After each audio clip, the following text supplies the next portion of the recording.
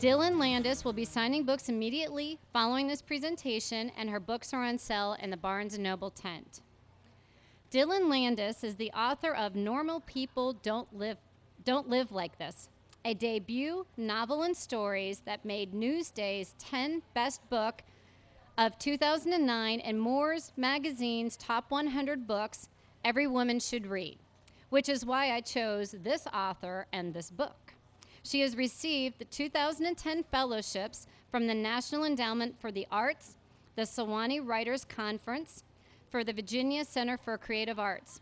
She resides in Washington, D.C., and previously wrote 6 books on interior design. And this book does include a little bit of interior design through it as well. The setting of the story is the Upper West Side of New York City in the 1970s and features Leah Levinson, the main character who appears to be very cool, along with her reckless friends and tormentors, stakes a precarious claim on adulthood. The book travels through time in 10 stories of Leah's childhood and teenage years, of her encounters, and how she embraces and endures each scenario with a vivid imagination. Leah must contend with a father's death, friend in high school's pregnancy, sex, smoking, shoplifting, a mother who goes to Europe, leaving her to manage her own while she's still in school, and finally meeting a boy in college who takes her to Europe herself. Leah and her artistic mother, Helen, struggle against the confines of their past and personalities, unaware of how similar their paths are as they make repeated, touching attempts to break free. Living a sheltered upbringing myself from a small town in Pennsylvania, I was able to live vicariously through Leah's life and have a better understanding of some of the challenges and opportunities presented to youth in our society. The final page of the book left me wanting more. What happens next? According to Vanity Fair, the characters in Dylan Landis' debut story collection, Normal People Don't Live Like This, are blessedly extraordinary. Washingtonian Magazine says nothing appeals to me more than a collection of artfully arranged short stories that add up to a truthful, imperfect life. Landis' characters spanning adolescence to adulthood are both funny and frank, vulnerable and resilient. And finally, from the Los Angeles Times, Dylan Landis has a gift for creating characters. Watch her very carefully. Once you can create characters like Leah or Angeline, Rainey, and Helen, who are other characters in the book, there's no stopping you. Dylan Landis.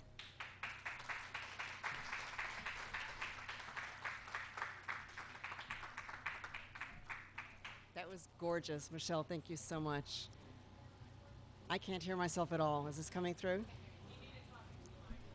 How about that? Okay. I also want to thank all of you because it's a really important thing to be here and be supporting writers and books and reading them.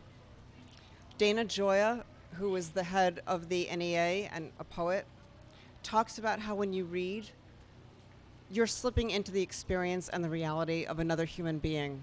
And that when we do that, we are all connecting ourselves to something larger than ourselves, and that in turn fosters compassion and unity among humans. And he says that leads to something larger, that leads to the path really to peace and compassion everywhere. I want to talk about, before I read, I want to talk about the journey that took me to this book. Because it involved a whole lot of uncertainty. It involved a lot of determination. It involved faith, teachers, a guardian angel. It taught me to be open to gifts that came disguised as hardships. And it taught me a lot about how important it was to make time for work that I believed in. And I think this applies to anything that you believe in, whether it's playing the cello or painting or writing a novel, or anything involving mastery that calls to you personally. I happened to start writing fiction late. I was almost 40. I had been a newspaper reporter. I covered medicine for the New Orleans Times-Picayune. I covered interior design, decorating for the Chicago Tribune, because those were the beats that were thrown at me. And then I went freelance, and I wrote 10 books about health and decorating, which is a book a year. And it was not hard. It was very satisfying, but it was not hard. I knew I could do it. And then I tried a book of fiction.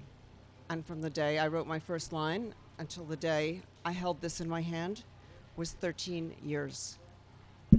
And I wasn't doing anything else. And that's why I titled this talk, 13 Years, 4 Agents, 2 Manuscripts, 1 Book. A meditation on not giving up. So I thought I would tell you about that journey and then read you just the beginning of a story.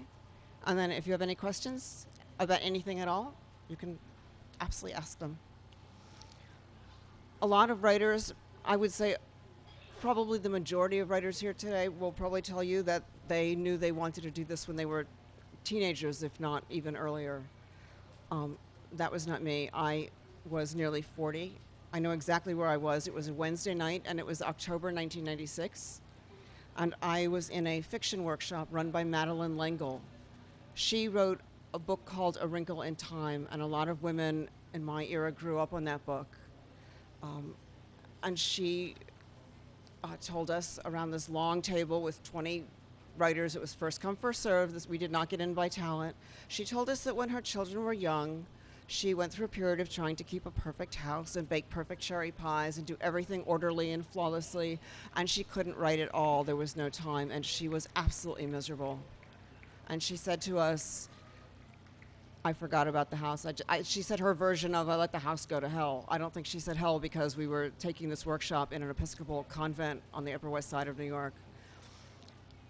She took care of her kids and she took care of her writing. And that's why we have her 36 books today. And she said something I never forgot. She told us the story of the Good Samaritan out of the Bible, in which it's a tale of 2 men. One is lying in the road. He's been beaten by robbers and left for dead. And the other is the man who finds him and saves him. And she asked us, which man is Jesus? And this is not a religious talk, but she's a religious teacher. And she said, some scholars say that he is the man left for dead. And some say that he is the rescuer. And if you can understand that both of those things can be true at the same time, you can write fiction. And I felt this enormous flashbulb go off in my head because I totally got that 2 opposing truths could be true at the same moment, and that there was a type of writing that could capture this. And I felt this call to engage with that kind of writing, to do something more complex and with greater personal meaning than I had been doing up to that point. On the Wednesday after that, she gave us a writing exercise. It sounds very simple. She said, go home and write something in which a character opens a box and show us what is in that box. And she also said, you have 30 minutes to do this, and then you must stop, set a timer and stop, because that way you won't have writer's block. If you know that timer is going off, you'll write. I wrote and wrote and wrote. I probably wrote 15 hours or 20 hours, and I had to do that at night because I had a contract for a series of 3 decorating books. So I knew I was onto something. I actually knew in my heart that I was onto the beginning of a novel, but that I had no idea how to write a novel at all. But that workshop changed my life. And I was hooked. That novel was not this book. It was called Floorwork. Remember I told you there were 2 manuscripts? So when her workshop ended, I began during the summers going to writing conferences and learning as much as I could. For instance, I learned that 80% or 90% of writing is, in fact, revision. That was more than I was finding with my nonfiction work. I learned that for some writers, it's absolutely normal to spend 4 or 5 years writing 1 novel. I learned that some authors outline, and some authors think that an outline is the devil's own instrument. And everywhere I got critiqued, people would read bits of Floorwork and say, this is going to be really hot. I also would hear at almost every conference, somebody would quote E.L. Doctorow, writing a novel is like driving a car at night. You can only see as far as your headlights, but you can make the whole trip that way. And I found that really comforting. Well, during this journey, the universe sort of handed me 2 wonderful gifts. First, I found a teacher, really a mentor. He was a novelist named Jim Crusoe, And he said many things I still live by. I say was a novelist. He still is, and I'm still very much in touch with him. He said, for instance, if a scene with 2 characters isn't working, bring in a third. That's always worked for me. And he also said a writer needs 2 things. She needs faith that she can do the work and patience to get the work done. And that's always been a kind of mantra for me. I also found a guardian angel. That was a huge thing for me. He was the editor of a literary magazine. I sent him 2 short stories that I had written while I was writing the novel. And he phoned me. Remember when people phoned instead of email? And he said, I really like these. What else have you got? And I said, well, I think I just finished for the last time revising this novel. And he said, can I see it? Can I see 50 pages of it? And I had an agent at the time, but my agent was handling decorating books, and he did not want this novel. This was just not what he did. So the literary magazine editor read the 50 pages, and he loved them. He said, let me help you find a new agent. So I could feel these wings being spread wide, and I said, thank you. And he phoned 6 agents. 1 agent would have been incredible. He phoned 6, and he said, he called me back, and he said, listen, they're all expecting everything tomorrow by FedEx. The 50 pages and the 2 stories I'm going to publish. So I was very moved. I don't mean this in the religious sense, but I knew that I had been taken in by this extraordinary, protective, guardian angel-like force. And I was also terrified. I felt like saying, could we wait like 1 month so I can revise everything? But instead, I learned how to upload to Kinko's very fast, and I went and got 6 copies of everything and boxed them up and FedExed them out. All 6 agents called back and said, we want the rest of the novel right now. So I went back to Kinko's and I got huge, expensive copies of the novel, and I FedExed them out to all 6 agents, and 4 called me back and they said, this is going to be really hot. This is going to sell at auction, which means that multiple publishers will bid for it. This is going to be a movie. We want to represent this novel. So at this point, I'm like prancing around in my glass slippers at the ball, and I'm not watching the clock. And I flew to New York, and I met with the 4 agents, and they were amazing. And I call my guardian angel, and I say, how am I supposed to choose among these 4 amazing agents? And he says, choose the one you'd want to call if things go wrong. And I'm like, what could go wrong? But I take his advice, and I choose my agent, who I still have today. She's fantastic. And I send my guardian angel 2 dozen roses.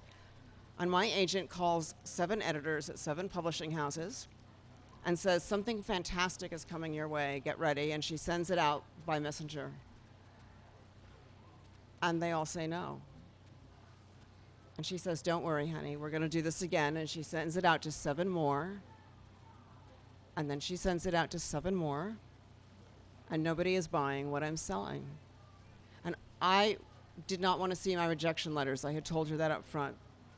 I just did not need to be bombarded with that kind of energy. And finally, she said, listen, I think you need to do a major revision. And she gives me 4 letters that said, look, we love this novel, and here's all the reasons we love it, but, and they all addressed one issue. So we talked about that one issue, and then I went to bed for 3 months. And then I got up and I spent the rest of the year writing. And my agent sends out this new, vastly improved version of Floorwork, the novel. And everybody said no. And I was there, I'm in my mid-40s. I've spent at least 5 years on this novel, maybe 6 with the rewrite. And I felt like I had been thrown out of the ball and I never got to meet the prince. Except that I had been writing these short stories, 2 of which have been published in this excellent literary magazine. And the short stories were about, as Michelle said, this group of girls growing up in the 1970s in New York, when there was a little bit too much rock and roll and sex and drugs for some people to handle. And I kept working on those because I discovered I was writing them chronologically, and they had this narrative arc. And I felt like, this is going to be a book too. And I gave my agent the manuscript when it was ready, and that was also a 5-year book. And by the time I finished that book, I realized that Floorwork, the first novel, was not a failure. That was really the gift that looked like a failure. But that novel had got me an agent. Chapters of it had been published individually. 8 chapters in the end got published individually. I'd gotten an agent from it. I had learned how to write a novel from it, and I had learned how not to write a novel from it, which kind of goes back to what Madeline said about things being simultaneously true. I give my agent the manuscript for Normal People Don't Live Like This, and she loves it, and she sends it out to 7 publishers, and I would really love to stand here and say, and they bought it at auction, but they did not buy it at auction. They didn't buy it at all. And she sends it out to 7 more, and they didn't buy it either. We got 16 rejections on it. Which, is that failure? Is it success? The 17th publisher said yes. And the way I live, that's success. We got this beautiful book with this amazing cover that a lot of work went into, and Barnes & Noble supported it beautifully, and I ended up feeling completely blessed, like I got the life that I wanted as a writer, no matter how long it took, as a writer of fiction. So before I read you a part of that book, just a little part, I wanted to just tell you a few things I learned on that 13-year journey. One is that your passion deserves your time, but your television may not. If you have an endeavor that you really want to master, writing, painting, playing the cello, whatever it may be, you can steal time back from the TV or the internet or video games or Facebook. You can turn it off. You can be more judicious. This is what I found I had to do. I was raising a son. My teacher, Jim Crusoe, tells students, turn off the car radio when you're driving alone and use that time to work scenes out in your head. A second thing I learned was that it is necessary to show up every day at one's desk or one's easel or wherever it is where you do your creative work. Because when the muse shows up, you kind of need to be sitting there, whether you are feeling inspired or not. A third thing was to find your community. Artists and writers tend to work alone in a cave, and that can go on not just for hours, but for years.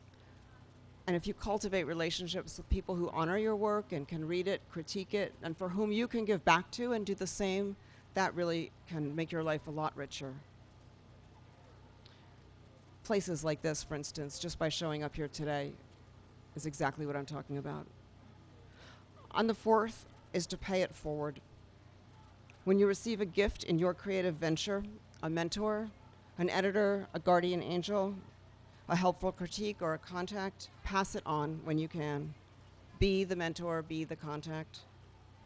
Put people in touch who can help each other. There's a writer named Stephen Elliott who edits a literary website called The Rumpus, and he wrote, "The glass ceiling is beneath you, try to break it." And I love that. I will read you a little bit from Normal People Don't Live Like This. I should tell you that the people I write about can be troubled and even profaned, but I think that is where one finds the opportunity as a writer. Those are the places you go to find moments of grace. Perfect people with perfect lives don't need moments of grace and transformation. This is called Rana Fagrina. That's the Latin name of the frog that you may have been forced to dissect in high school. Angeline Yost keeps a switchblade in her sock. Angeline Yost has BO. Angeline Yost did it in her parents' bed, and a week later they had crabs so bad they were in their armpits. The gospel of Angeline Yost is graven into desks with house keys and the blood of Bix. It is written in the glances of girls, low arcs of knowing that span the hallways and ping off the metal lockers. Angeline Yost walks with her books soldered to her chest. Angeline Yost bites her nails until a quarter moon of roseate nail bed rises at the top of each finger. When she laughs, her eyes narrow. The laugh is bitter and quick in her throat. Angeline Yost eats lunch with 2 older girls, Deirdre, who has a forehead broad as a man's, and a girl whose brother Keith went to jail for almost killing a guy. Deirdre and the other girl are blonde, the way Angeline is blonde, with ribbons of brown raveling along their side parts. They are juniors. They could get Keith to rough you up. No one calls them a slut. In the beginning is the word, and there is no making it go away. Leah's finger polishes the dark scars in her desk, the jagged S, the glottal lut.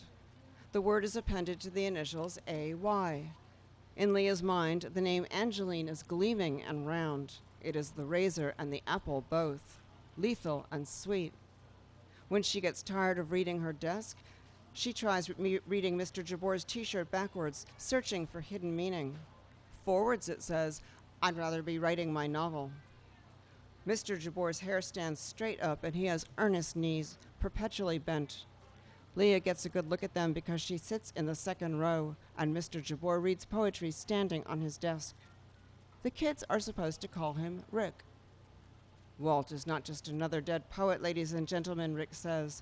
A cigarette bobs and jabs in the corner of his mouth. The freshman English class stares at him, waiting for him to light up. Sometimes he does. "Listen to this," says Rick. "This is so good it'll make you want to pee in your pants." Leah considers the option.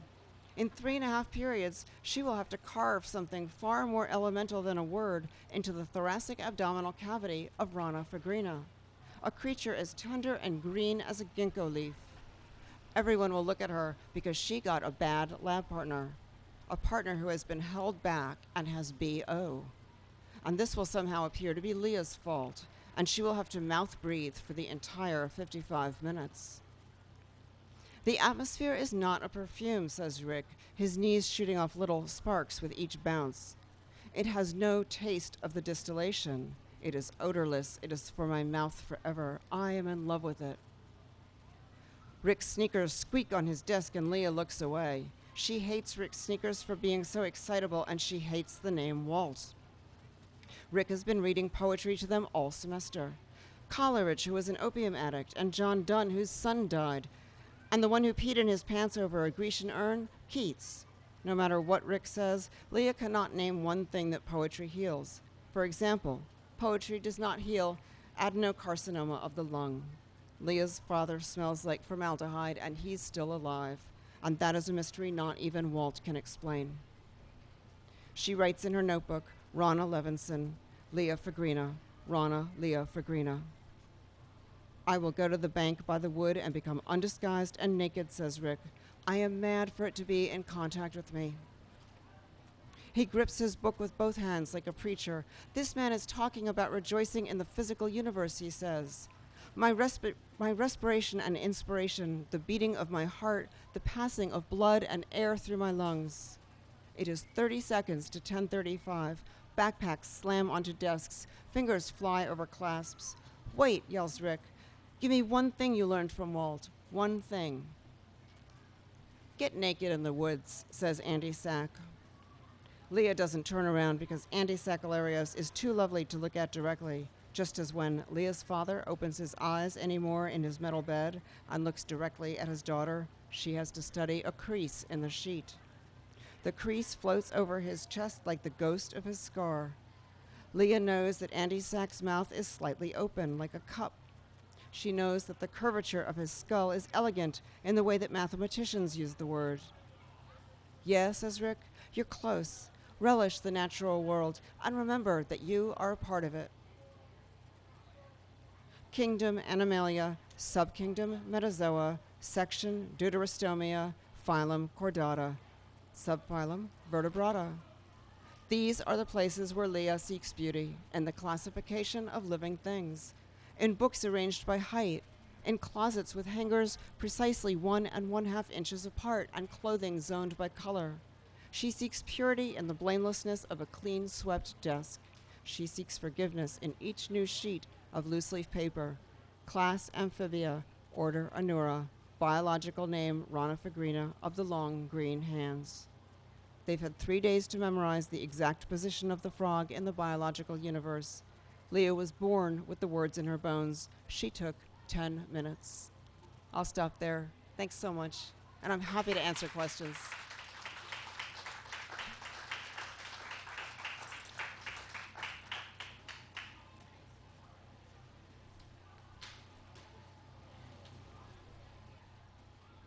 Any questions about the writing process, publication process? Yeah. What is the Kindle doing to the book business? I think the biggest thing the Kindle is well, I think it's doing two things. One is I think that more people are reading more.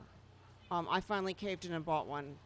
And I find that now, because it weighs nothing and I can carry enormous amounts of stuff with me, I'm reading everywhere. I'm reading on a 2-minute line to pay for my groceries.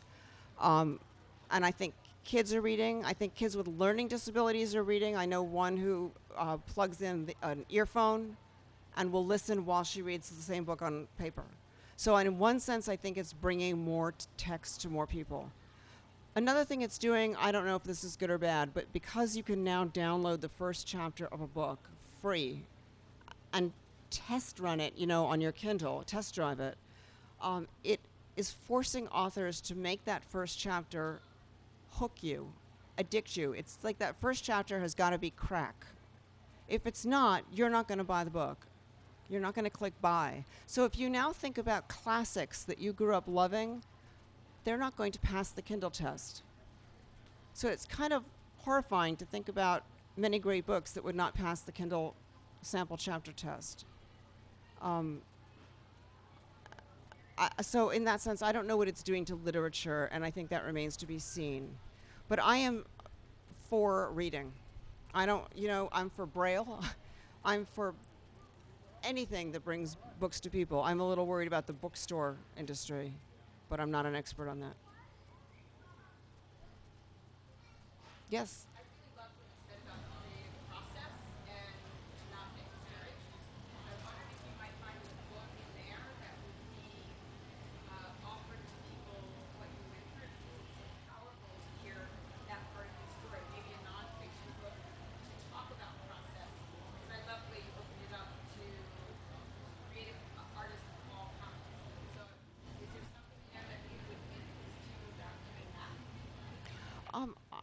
I had thought about it, but then I kept going back, and I'm so happy you raised that. I've thought about it, and then I keep thinking about better-known writers who have done it already and beautifully. I remember reading Bird by Anne Lamott, which I think many people in many disciplines could get a tremendous amount from.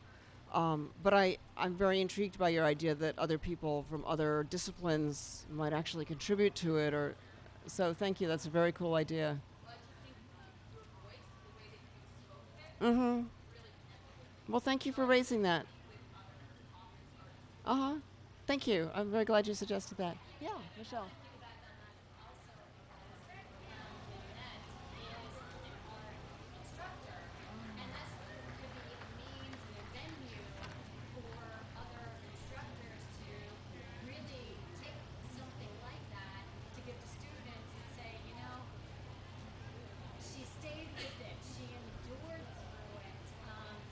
Through all these obstacles and is so successful and it gives that hope. Right. And also the fact that you didn't start to be an author until later in life. It Right. costs so much that you get other things. I do like talking about, very frankly, about my age and when I started, because I think that often in midlife people think, well, it's too late. It's not too late. It just doesn't matter. I often ask myself the deathbed question. I don't know where I got the name for it, where I will, and the answer to the deathbed question is always no. I really don't know where this idea came from, but I will think of myself really at the end of life looking back and going, are you glad you didn't start that novel because you thought you couldn't finish it? Are you glad you walked away from it because you thought that it would take 10 years to write? And the answer is always no. I'm going to wish I started it. I'm going to wish I struggled with it. I'm going to wish that I had followed up on the urge to take French lessons or whatever it is that I was afraid to start because I thought I couldn't finish.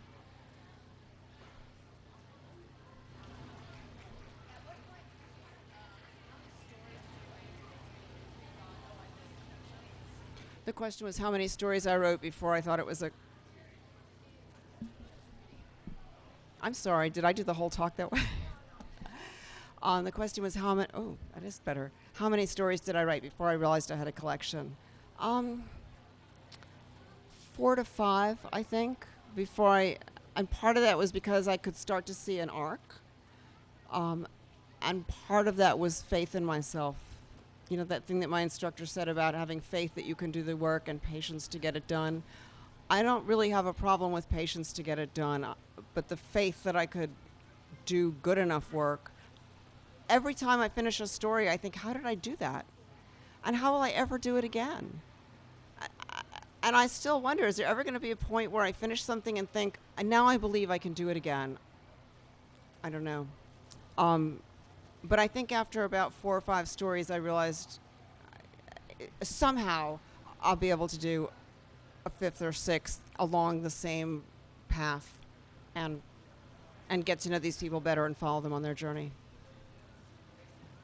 And by the way, I have these, if you come see me afterward, I have these beautiful party favor, gorgeous glossy bookmarks that I give out. Any more? Yeah. Elaborate on the title and how you came up with that, or how you... Normal People Don't Live Like This. Yeah, the title. That was originally a story because it's a fairly quiet story. The drama takes place, within one apartment and is quiet. I mean, there's a girl in there who's a cutter. There's some shoplifting stuff, but it's still a quiet story. And it had a quiet title. It was called Daughter, 15. And when I was originally going to call the book Rana Fagrina, because that story has won awards, it's been in anthologies. And my mother said to me, people are going to walk into the bookstore and they're going to go, I want that book called, it's got something to do with a frog, and the bookseller is going to look at them blankly. And I said, yeah, you're right. And then she said, well, and they're going to say, it's by that woman with the guy's name. I said, yeah, you're right.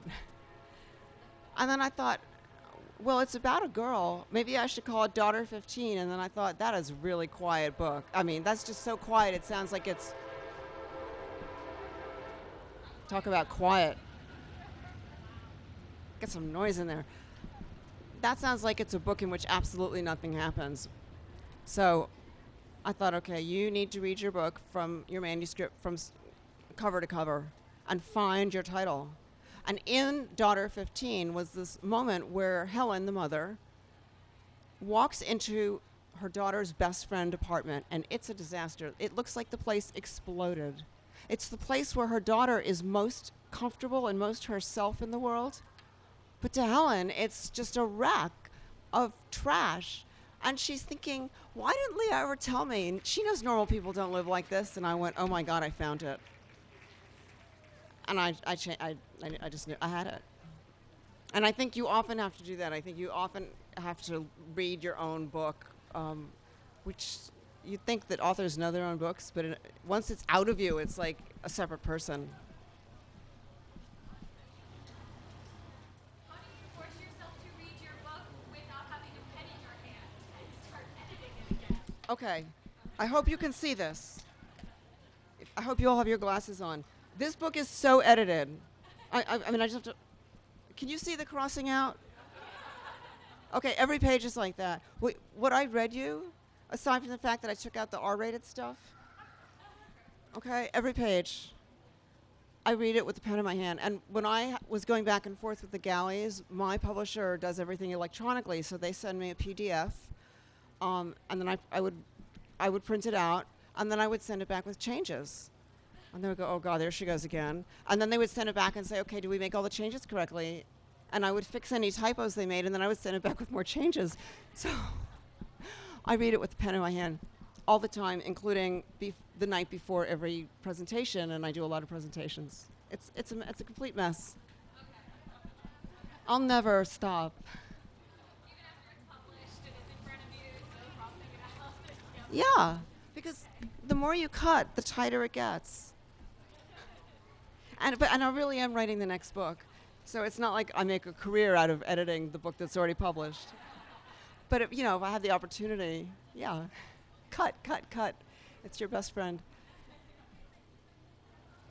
Any more?